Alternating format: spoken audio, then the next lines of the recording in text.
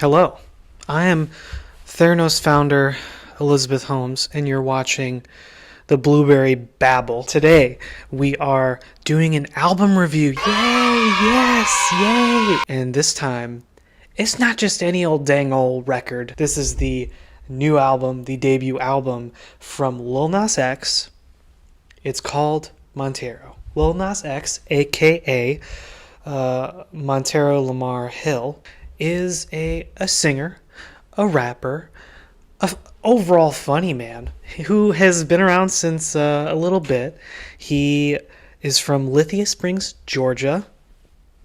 Go Dogs. And I don't think I need to really introduce Lil Nas X. I think we all know who he is. He had the biggest number one hit, one of the biggest number one hits ever, just a couple of years ago, Old Town Road, which really was a phenomenon, in itself. And the story itself is pretty fantastic too. Amazing underdog story, just coming out of the blue with this track, having it explode, having it taken down by the country charts because it wasn't country enough. Like, hello, this track is so country. It's so great. I love the combination of hip hop, trap, country, Red Dead Redemption. It's pretty incredible, and it still retains as one of my favorite songs in recent years. And of course, everyone was wondering what he would do next after Old Town Road, right? And I sure was skeptical too, until he released the 7 EP when he signed to Columbia Records just in a couple years ago in 2019. It was pretty fantastic. It wasn't anything phenomenal, but it was pretty enjoyable and really showcased what he could do, because it wasn't like he made 7 Old Town Roads, in one EP.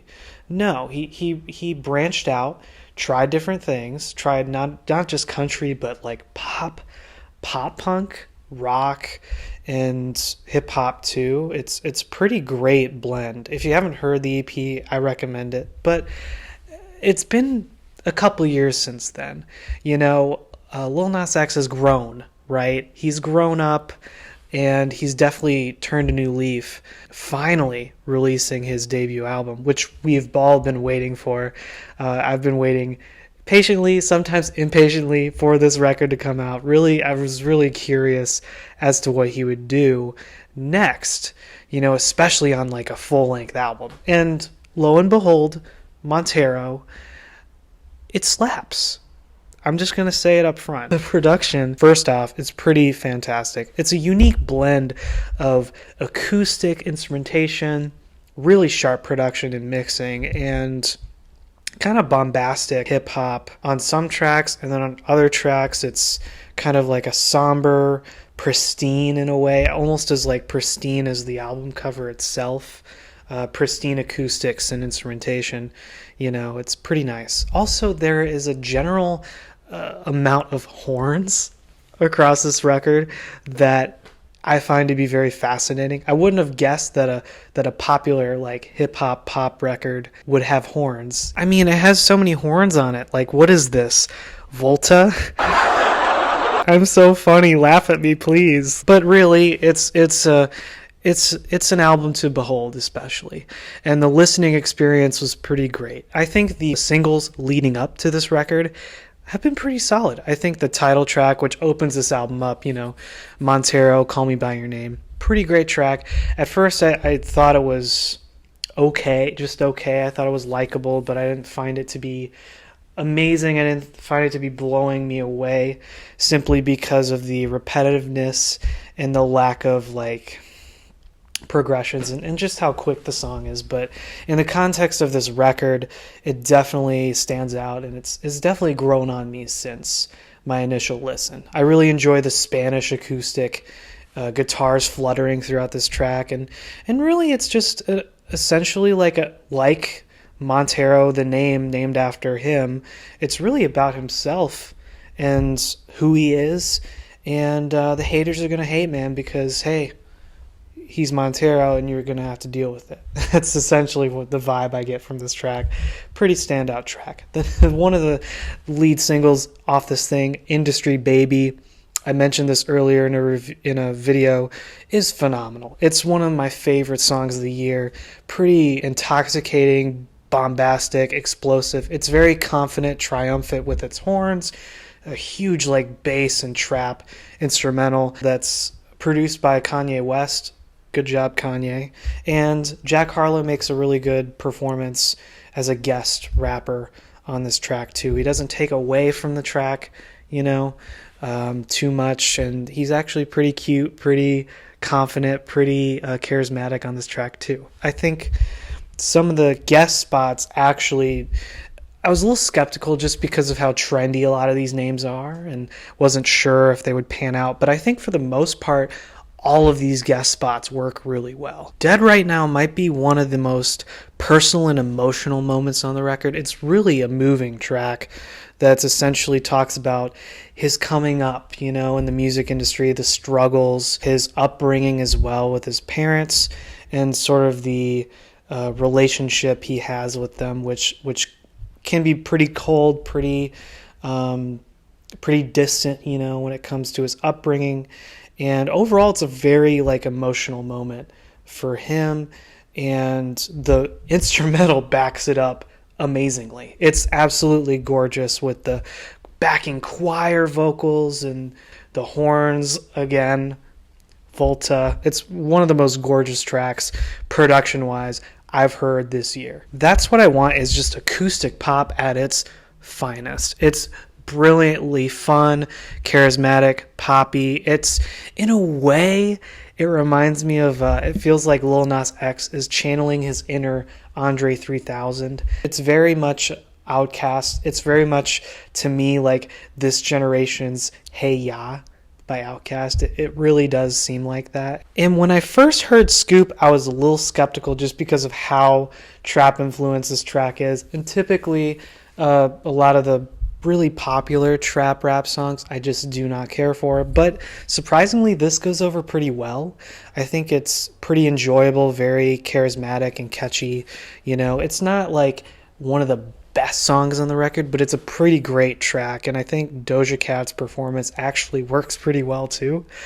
She's pretty great on this track. She definitely sounds more like herself. One of Me is an emotional ballad clashing with what he wants to do and what others want him to do. Sticking to what you do best, or I like this, you like that, you make an Old Town Road, just make another Old Town Road, man. It was successful, just make another one. That's kind of essentially what he's getting at on this track, and it's totally something I feel for the guy, especially coming out of this one huge hit, or it seems like everyone's rooting for him to just hit a one-hit wonder and that's it. A lot of people kind of rooting against his success. And Elton John's appearance on this track, I thought it would be vocals, but his piano playing, it's pretty stunning on this track. Near the back end of the track, you kind of hear it more in the forefront, which I kind of wish you could hear it more in the forefront throughout the whole track. But it's a nice, really nice touch. And to get Elton John on your debut album is pretty impressive, to say the very least. Void is a solid ballad too, and it kind of reminds me of the old alternative bands from the 2000s, like Coldplay or Keane. I don't know why that comes to my head when I think of it, but I feel like every time I hear the chorus, vocally, and with the melodies, that's what I think of. And Life After Salem, although I appreciate the distorted guitars and rough around the edges guitars on this song, vocally, I don't think it's his best moment. It kind of goes a little wild and all over the place, kind of reminding me of Keel from Block Party, or kind of a wild vocal moment from on a Block Party song, but not in the best way. This isn't kettling, or anything like that, or ratchet. And honestly, the more I listened to Montero, the more I enjoyed it. Really, the first half of the record is super duper strong, and I think the last third of the record kind of trails off a little bit. I do wish it was a little bit shorter. I think it could have been cut a couple tracks, to be honest, but overall, even with the third not being as strong, it's still great. It's still great. And overall, I'm very impressed with Montero. It's a fantastic listen, and it's pretty much everything I would want in a debut album from him and more. A lot of unexpected, surprising moments on this thing that really grew on me. I think all the boxes are ticked, in terms of a successful debut record. No doubt this thing is going to just blow up, and it already has, streaming wise, but I think in terms of just an influence, in pop music and hip hop, I think it's just going to blow up. I think the acoustic instrumentation, the lavish, detailed production, and the horns on this thing, I love Volta, aka a lot of people's least favorite Bjork album. I think Volta's great. I think it's fantastic. That's a hot take, but I digress. This is by far one of the most interesting records you're gonna get out of popular music, out of popular modern music. And the marketing for this album is genius. No one can deny that. Hopefully in the future we continue to get that. We continue to learn more about him, continue to find out what he's got more in store for us, and hopefully in the future it won't take too long to get a follow-up. If I had to rate this thing out of 10, I'd give it an 8 out of 10. I think this totally deserves an 8 out of 10. It's pretty great listen. I highly recommend it too. From what I've lost in my hairline, I've only grown in my love for music. Thank you for watching.